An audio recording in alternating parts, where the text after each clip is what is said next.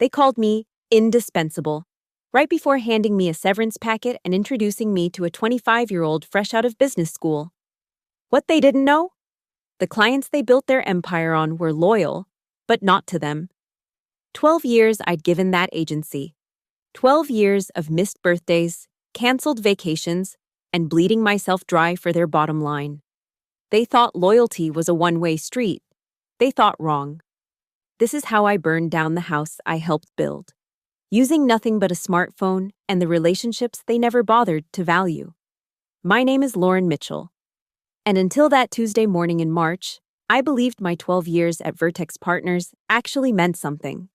Senior Client Strategist, the title they'd carved onto my business cards, barely captured what I really did. I was the one who kept Bradley Tech from jumping ship when we botched their product launch. I was the one who salvaged the Northwell Logistics account after 3 project managers quit in succession. Hell, I was the one who answered client calls at 2 a.m. from hospital waiting rooms while my mother was dying. The summons came via Slack at 9:47 a.m. Lauren, can you join us in conference room A? Thanks. Brian. Brian Caldwell, our CEO, never said thanks, not unless he was about to screw you. I grabbed my laptop, assuming this was about the Zenith Automotive renewal. I'd been working that deal for 6 months, had it practically signed. Maybe they wanted to discuss my commission structure. At 38, I'd learned to read the corporate tea leaves, but that morning, I misread every single one. The conference room smelled like fresh coffee and fear.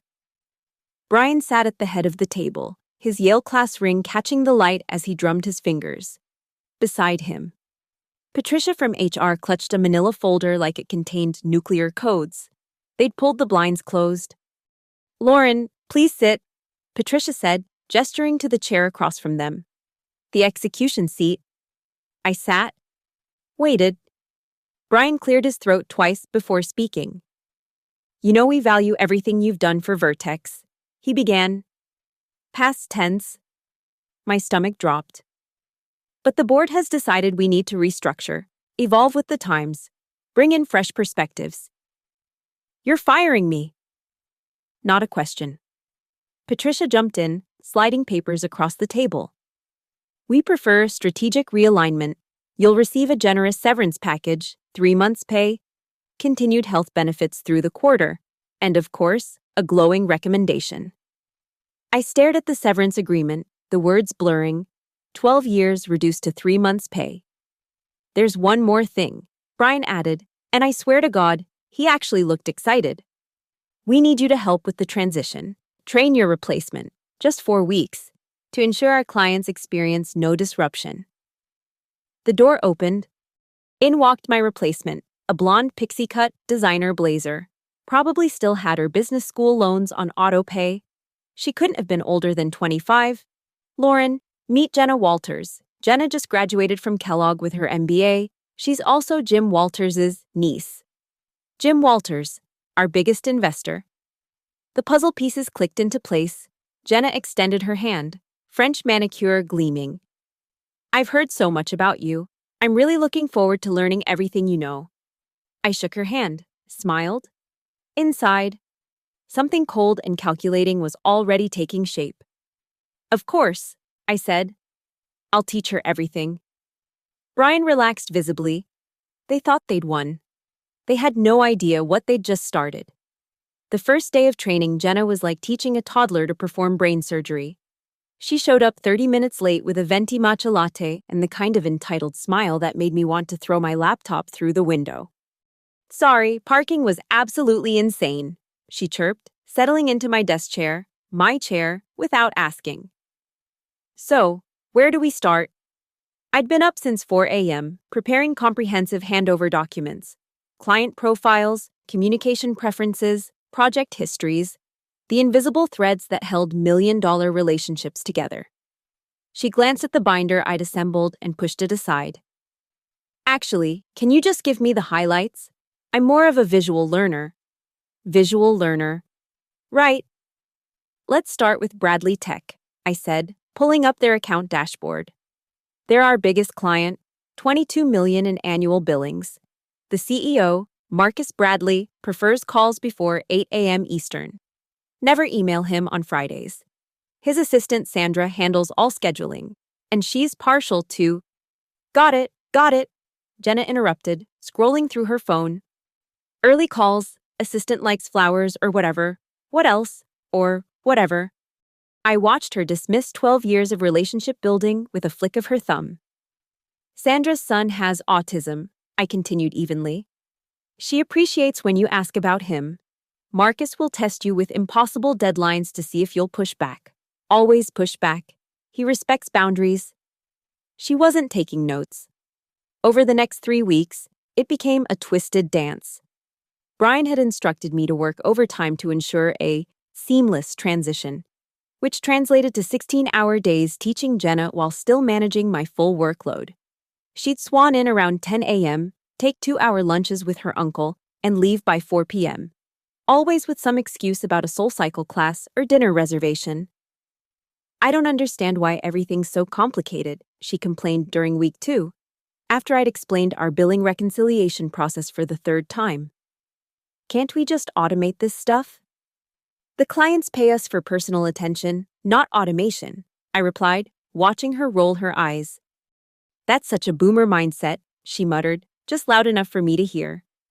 But I kept smiling, kept teaching, because while Jenna was busy posting Instagram stories from the office, living my best corporate life, boss babe, MBA life, I was documenting everything, every missed detail, every ignored protocol, every relationship nuance she dismissed as overthinking it. More importantly, I was having different conversations. Quick coffees with clients during her extended lunches. Casual check-ins that reminded them who'd been handling their accounts all these years, who knew their kids' names, their golf handicaps, their wives' favorite restaurants. Lauren, I heard about the restructuring. Marcus Bradley mentioned during one such call. You good? Change is natural, I replied carefully. Jenna's very enthusiastic. His pause said everything. Enthusiastic. That's one word for it. She sent me an emoji-filled email at 11 p.m. last night about synergizing our brand journey. I bit back a smile.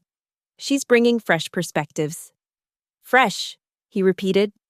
Listen, Lauren, you land somewhere, you let me know. Bradley Tech values relationships, not PowerPoint templates. Similar conversations happened with Northwell, with Zenith, with every major account. They'd meet Jenna, smile politely, then pull me aside with barely concealed horror. She talked over their concerns, pitched solutions to problems they didn't have, and worst of all, she treated their business like case studies instead of partnerships. My final week, I created what I called the Comprehensive Transition Bible, a 200-page document detailing every client quirk, preference, and unwritten rule. I presented it to Jenna with flourish. She leafed through it for 30 seconds. This is great, but honestly, I think you're overcomplicating things. Business is business. These clients need to adapt to modern practices. I smiled, kept smiling. Of course, you're absolutely right. That night, I updated my LinkedIn. By morning, I'd registered my LLC, Mitchell Strategic Advisory, because sometimes the best revenge isn't burning bridges. It's building better ones and watching your enemies wonder why everyone's crossing over to your side. My last day at Vertex Partners arrived like a funeral nobody wanted to acknowledge. The office hummed with forced normalcy, keyboards clicking, phones ringing, the coffee maker gurgling its familiar rhythm. But everyone knew. After 12 years, I was being erased, replaced by a nepotism hire who thought synergy was a strategy. That morning, Jenna strutted in wearing a new Hermes blazer, practically glowing with anticipation. She'd already moved half her things into my office, her motivational quotes, hustle harder, dream it, do it, contaminating my carefully curated workspace. So excited for Monday. She announced to anyone within earshot, can't wait to take these accounts to the next level. The accounts? My accounts. Like they were lottery tickets she'd just won. Brian called an all-hands meeting at 3 p.m. Official transition announcement. I sat in the back, watching him spin my termination into corporate poetry. Evolution. Fresh perspectives. Strategic positioning for future growth. Jenna stood beside him, nodding like a dashboard bobblehead, occasionally interjecting with buzzwords she'd memorized from her MBA textbooks. Lauren's been an invaluable part of our journey, Brian concluded, flashing his politician's smile. Let's give her a round of applause for her dedication. The applause was anemic. My real colleagues, the ones who'd weathered client meltdowns and impossible deadlines with me, looked sick. The newer hires, the ones who saw which way the wind was blowing, clapped enthusiastically. After the meeting, I returned to my office for the last box. Jenna was already there. Feet up on my desk, conducting a video call with Marcus Bradley. Marcus, babe, I'm thinking we completely revolutionize your Q3 campaign. Have you heard of TikTok? I'm seeing major viral potential here. Through the screen, I caught Marcus's expression, the careful neutrality of a man watching a train wreck in slow motion. His eyes found mine over Jenna's shoulder, the slightest shake of his head. Jenna, he said evenly, let's schedule a proper meeting next week. Lauren, are you there? Just leaving, I said. Thank you, he said, and the weight in those two words contained everything. For everything. Jenna waved dismissively, already launching into her next revolutionary idea. I gathered my last box and headed for the elevator. Patricia from HR materialized, severance folder in hand. Just need your signature on a few more forms, she chirped. The non-compete clause, specifically. I read it carefully. Standard language preventing me from soliciting Vertex clients for 12 months. I smiled, signed with flourish. The clause was airtight, for solicitation. It said nothing about clients approaching me. Best of luck, Lauren, Patricia said, already mentally filing me away in the former employee drawer. In the parking garage, my phone buzzed. Text from Marcus. That was painful. Coffee next week? Then another, from Sandra at Northwell. Did that child just email me a proposal in Comic Sans? And another. And another. I sat in my car, watching the messages accumulate. 12 years of relationships, and Jenna had managed to damage them in less than 4 weeks. But I didn't respond. Not yet. The non-compete was very specific about solicitation. Instead, I drove home to my Lincoln Park condo, poured a generous glass of wine, and opened my laptop. The LLC paperwork was already filed. The website domain purchased, business cards ordered. Everything except the most important part, the timing. That night, Jenna posted on LinkedIn. Thrilled to announce my new role as Senior Client Strategist at Vertex Partners, ready to disrupt the industry and bring these legacy accounts into the digital age. New beginnings. Bis MBA grad, Gisti innovation. Legacy accounts. Like they were dusty antiques instead of relationships worth millions. I liked her post, even commented, "Congratulations, Jenna, wishing you all the best." Then I opened a new browser tab and began crafting my own announcement. Not for today, not for next week, but soon. Let her feel secure. Let her make her mistakes. Let the clients experience the full Jenna Walters treatment. My phone buzzed again. A text from an unknown number. I opened it to find a message from Robert Chen at Zenith Automotive. Heard about your departure. This Jenna person just suggested we pivot to NFTs. Please tell me you're not retiring. I poured another glass of wine and smiled. They'd fired me on a Tuesday. By Friday, their biggest clients were already looking for the exit. 6 weeks into my retirement, I was having lunch at RPM Italian when opportunity called, literally. Lauren, thank God, do you have a minute? Marcus Bradley's voice carried the particular strain of a CEO trying not to panic. Of course, Marcus. What's going on? Your replacement just pitched me on replacing our entire B2B strategy with an influencer campaign. Influencers. For industrial cooling systems, she actually said our ventilation units could go viral. I stirred my cappuccino, suppressing a smile. I'm sure she's just exploring creative angles. Creative? His laugh was bitter. She showed up to our board meeting in ripped jeans, then tried to fist bump our 70-year-old chairman. Fresh perspectives, I offered diplomatically. Lauren, cut the corporate speak. You know why I'm calling. I did. But the non-compete clause was a razor I had to navigate carefully. Marcus, you know I can't. I'm not asking you to solicit anything. I'm asking if that advisory firm on your LinkedIn is real, and if you happen to be accepting new clients who might independently decide they need strategic consulting. Mitchell Strategic Advisory. I'd kept the announcement simple, professional. No client names, no grand proclamations. Just a quiet notification that I was available for selective strategic partnerships. It's real, I confirmed.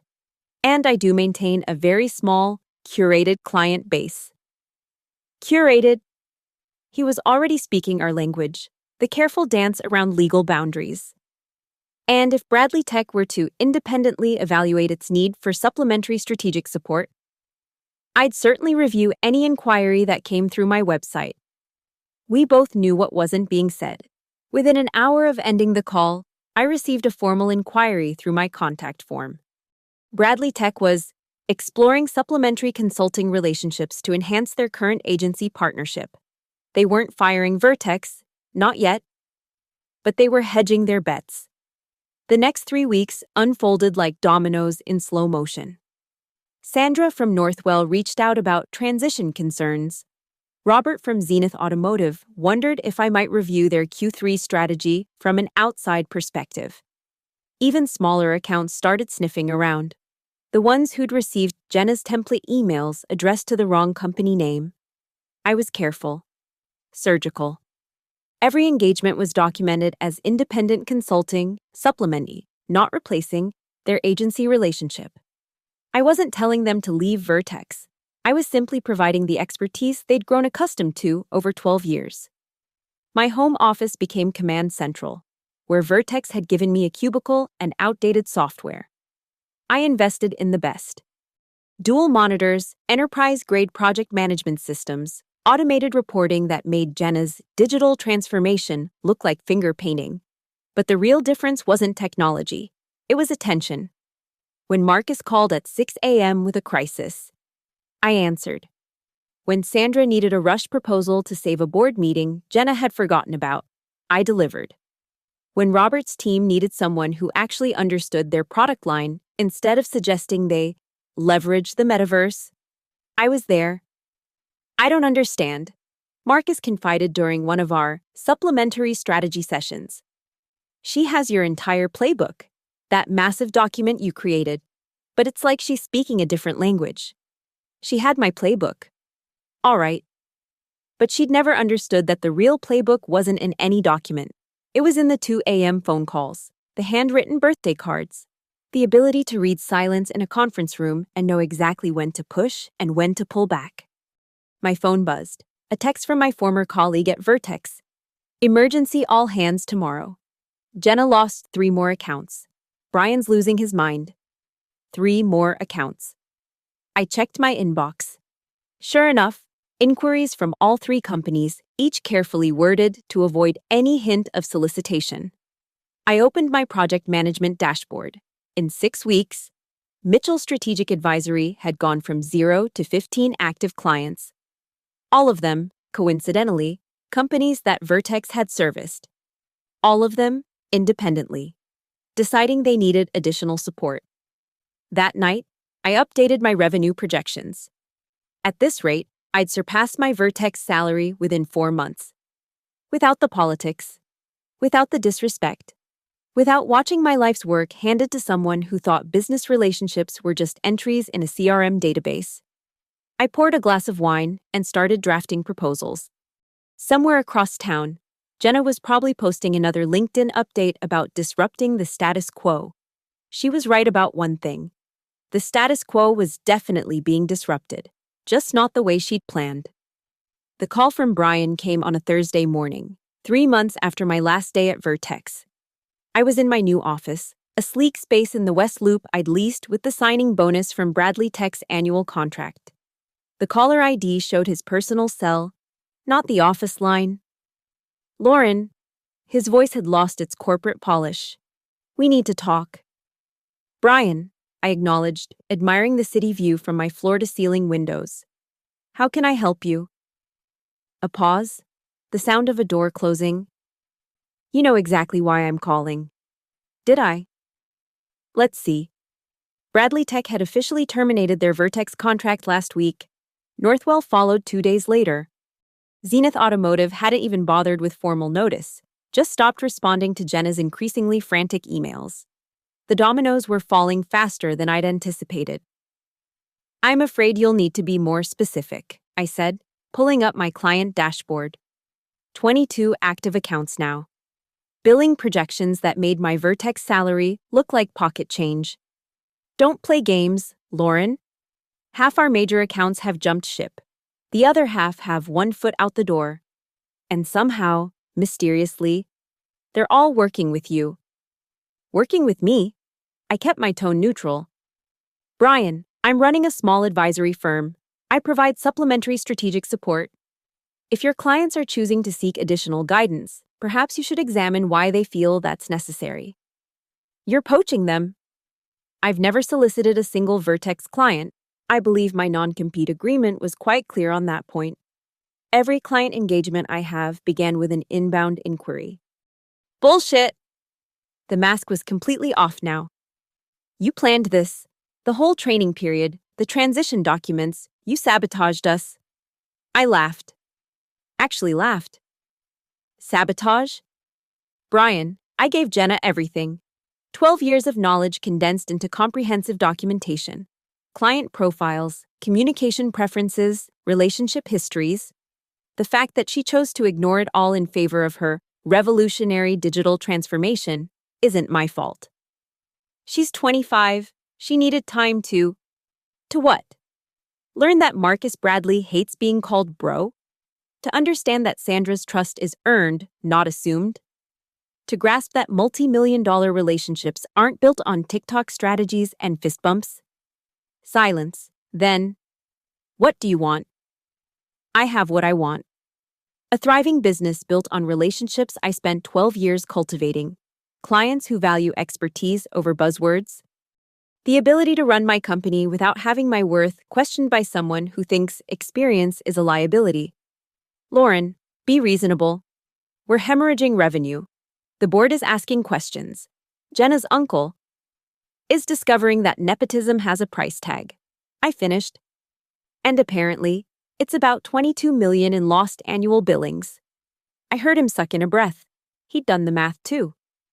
She's drowning, he admitted finally. Clients won't return her calls. The ones still with us are demanding she be removed from their accounts. It's a disaster. Then fix it. Hire experienced strategists. Invest in your people instead of treating them like expendable assets. Stop prioritizing connections over competence. Would you? He paused, and I could practically hear him choking on his pride. Would you consider coming back as a senior partner? Your own team. Double your previous salary. Double? 3 months ago, they'd handed me a severance package and told me to train my replacement. Now they wanted to pay double to undo their mistake. No. Triple. Brian, you could offer me equity and I'd still say no. You showed me exactly what my 12 years meant to you. Turns out, it meant everything to the clients and nothing to Vertex. I've built something better. Something mine. This isn't over, he warned. The CEO bravado creeping back. We'll sue. Tortious interference, non-compete violation. Good luck with that. Every single client engagement I have is documented as an inbound inquiry. Every contract explicitly states they're supplementing, not replacing, their agency relationships. If those clients subsequently chose to end their Vertex contracts, that's a retention issue, not a legal one. You planned this, he repeated, but now it sounded like admiration mixed with the anger. I learned from the best, I replied. Vertex taught me that loyalty is a one-way street. That experience is less valuable than connections. That 12 years of relationship building can be handed off to the highest bidder's niece. So yes, I planned ahead. I protected myself. And I gave my clients what Vertex stopped providing, someone who actually gives a damn about their success. The line went quiet. In the background, I heard muffled voices, probably Jenna, wondering why another client had gone dark. She's Jim Walters' niece, Brian said finally, like that explained everything. And I'm Lauren Mitchell, I responded. Turns out, that carries more weight. I ended the call and turned back to my monitors. 3 new inquiries had come in during our conversation, all Vertex clients, all looking for what Jenna couldn't provide and Brian couldn't understand. Relationships, experience, the radical idea that clients are partners, not line items. My phone buzzed. A text from Marcus Bradley. Heard Brian tried to poach you back. Hope you told him where to stick it. I smiled, typing back, in more professional terms. That's why you're worth every penny. Mitchell. Talk tomorrow about the expansion project? Looking forward to it. Outside my window, Chicago stretched endlessly, full of businesses that understood value. Vertex partners had taught me one last lesson. Sometimes the best revenge isn't destroying your enemies. It's succeeding so completely they destroy themselves trying to catch up. The invitation arrived on expensive stationery, hand-delivered by courier to my office. Brian's assistant had called 3 times to confirm I'd received it. An informal discussion, she'd insisted. Neutral ground. Neutral ground turned out to be the private dining room at RPM Steak, the kind of place where deals were made over $200 bottles of wine and handshake agreements carried more weight than contracts. I arrived 15 minutes early, claiming the power position with my back to the wall. They walked in together, a study in contrasts. Brian in his usual armor, charcoal Tom Ford suit, Swiss watch that cost more than most cars, the confidence of a man who'd never been told, no. Jenna trailing behind in what looked like her interpretation of serious business attire, a too-bright blazer and the hollow eyes of someone discovering that Instagram followers don't translate to client retention. Lauren. Brian extended his hand. I shook it, noting the dampness of his palm. Thank you for agreeing to meet. Curiosity got the better of me, I admitted, gesturing to the seats across from me. Jenna? She mumbled something that might have been a greeting, slumping into her chair. Gone was the entitled princess who'd commanded me to summarize 12 years of experience into highlights. This was what failure looked like in a designer blazer. Brian ordered wine, a Camus Cabernet, naturally, and we endured the ritual of small talk, the weather, Chicago traffic, everything except the smoking crater that used to be Vertex's client list. Finally, as our steaks arrived, Brian cut to the chase. We need to find a way forward. You have a way forward, I said, slicing into my fillet. Rebuild, hire competent people, earn back trust. It'll take years, but it's doable. We don't have years. He set down his fork. The board is considering dissolution. Our revenue is down 60%. We've had to let go of half the staff. Half the staff, people I'd worked with, who had nothing to do with Brian's catastrophic decision, now paying for his nepotism. I'm sorry to hear that, I said, meaning it. But I'm not sure what you expect from me. A partnership. Jenna spoke for the first time, her voice smaller than I'd ever heard it. We could combine resources, co-service the accounts. I nearly choked on my wine. Co-service, the accounts that left you because of your incompetence? That's not... She started to protest, then deflated. Okay. Yes. Because of me. I fucked up. Is that what you want to hear? What I want to hear is why either of you think I'd jeopardize my relationships by associating with Vertex again. Brian leaned forward. Because you're not heartless, Lauren. Those staff members we had to let go, they were your colleagues, good people. And the client's still with us. Smaller accounts who can't afford to switch, they're suffering. A calculated appeal to my conscience, classic Brian. Here's my counteroffer, I said, setting down my glass. I'll consider hiring some of your laid-off staff, the competent ones. As for your remaining clients, I'll review them case by case. If they approach me independently, I'll ensure they're taken care of. And Vertex? Brian asked. Dies a natural death. You dissolve the company, salvage what you can for the investors, and everyone moves on. That's not a partnership, Jenna protested. That's corporate murder. No, I corrected. What you did was corporate suicide. I'm just refusing to resuscitate the corpse. The silence stretched. Our waiter discreetly refilled wine glasses, pretending not to notice the tension that could be cut with a steak knife. There's another option, Brian said finally. We could make this very difficult for you. Legal challenges, industry whispers. Jim Walters has connections you can't imagine. I smiled, pulling out my phone. You mean Jim Walters, who sent me this yesterday? I showed them the email. An inquiry about strategic services for his own portfolio companies. Turns out, he values competence over blood relations when it comes to his investments. Jenna went pale. Brian's jaw tightened. You planned this, Jenna whispered. From the moment we met, you knew I'd fail. I knew you'd reveal exactly who you were, I corrected.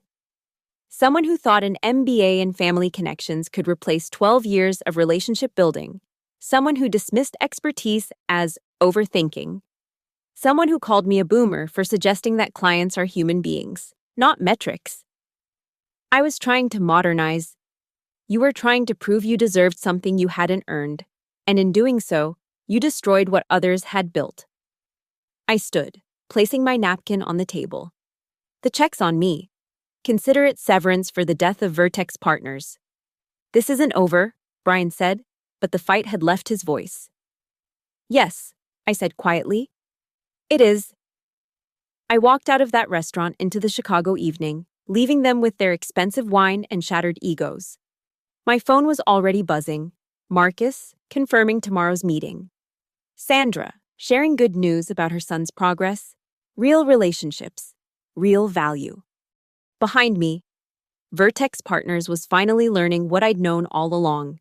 Loyalty isn't given to companies or titles or corner offices. It's earned, one relationship at a time.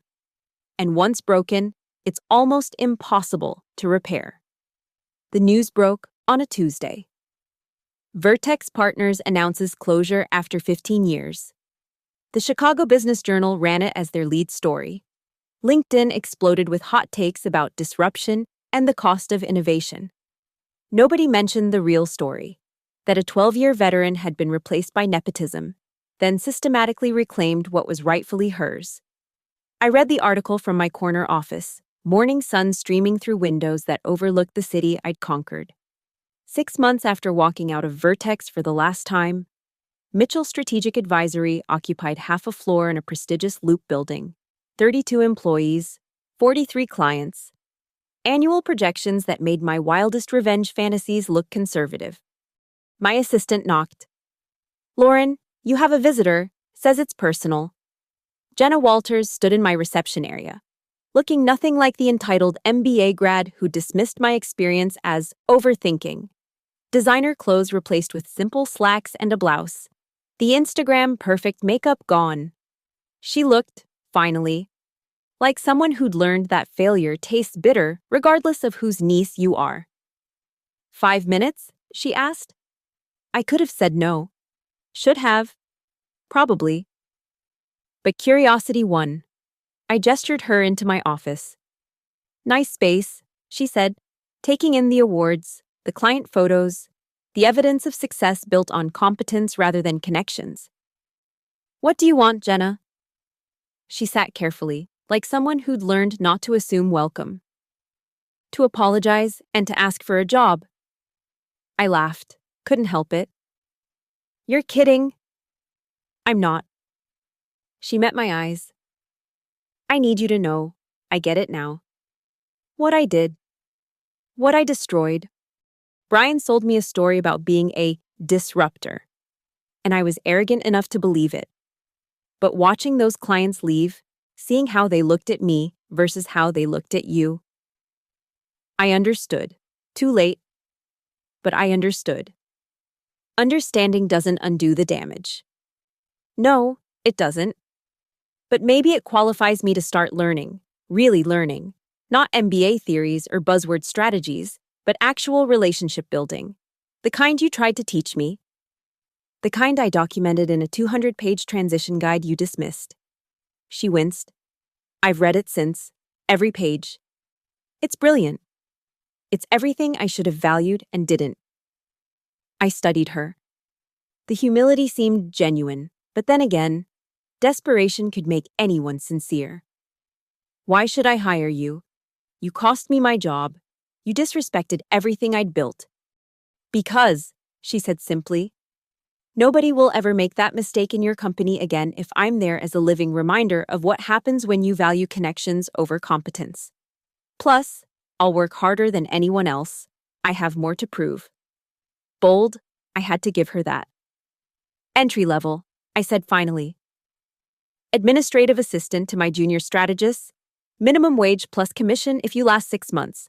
You'll do coffee runs, take notes, and watch how real relationship building works.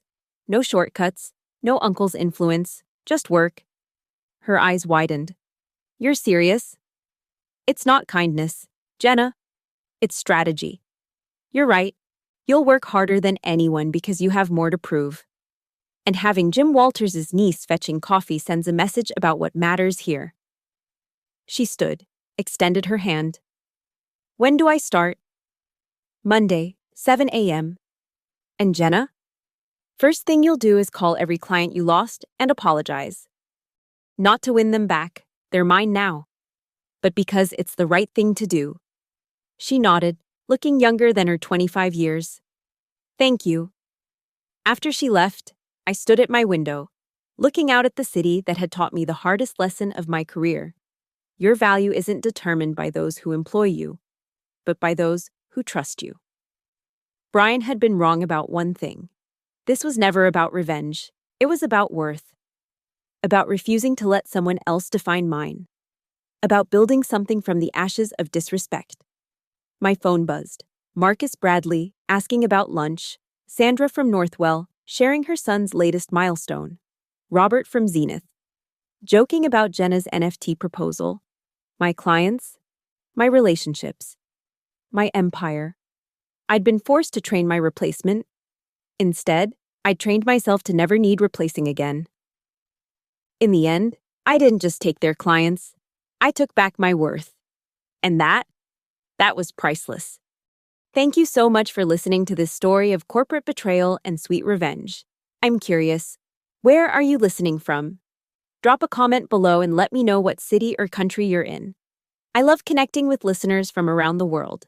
If you enjoyed this tale of workplace justice, please subscribe to the channel and share your own thoughts or similar experiences in the comments. Have you ever faced betrayal at work? How did you handle it? Let's discuss below.